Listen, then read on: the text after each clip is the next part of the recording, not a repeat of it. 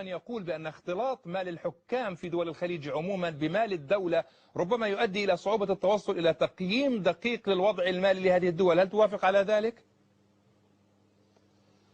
يعني نحن عندنا الحاكم ربما مختلف عن الحاكم في بلد آخر. عندنا نحن على الأقل في دول الخليج وبالذات عندنا يمكن في الإمارات ما عند الحاكم عندنا وما عندنا للحاكم. اتكلمي يا حيط وجف يا قلم. يعني بالتالي يعتبر كل المال في مجمله هو مالنا وماله. والله من وانا اقول يا رب ده انجليزي ده يا مرسي. هو مالنا وماله. يعني ميزانية الدولة هل هي منفصلة مثلا يعني بشكل واضح عن ميزانية الأسرة الحاكمة لنقل؟ ميزانية يا سيدي ما يعني أولا ليس شيئا محددا للحاكم، كلنا للحاكم والحاكم كله لنا. يا نهار اسود، ايه ده يا جدع ده؟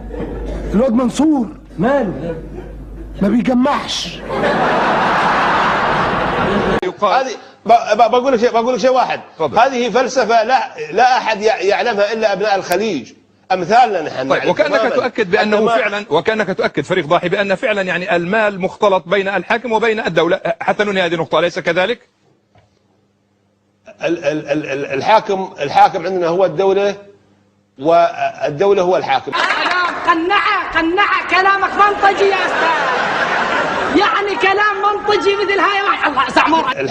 الحاكم عندنا هو الدولة والدولة هو الحاكم. احنا ما عندنا يعني فرق بين الميزانيتين. الميزانية الخاصة عند الحاكم تصل أيدينا لها كمواطنين بالقدر الذي يجعلنا في رفاه وفي نعيم. مانجا ياخد مانجا، عايز فراولة ياخد فراولة، عايز فلوس ياخد فلوس، هو محتاج فلوس. اللهم صل على النبي، ده بيركب ببلاش.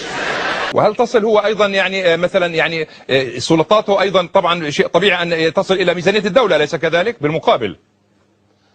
لا شوف، في بالعكس، ما يخصص للدولة وما يخصص للحاكم يعمم على الشعب. طيب صدق ولا تصدق. طيب ودي افدك بس قوية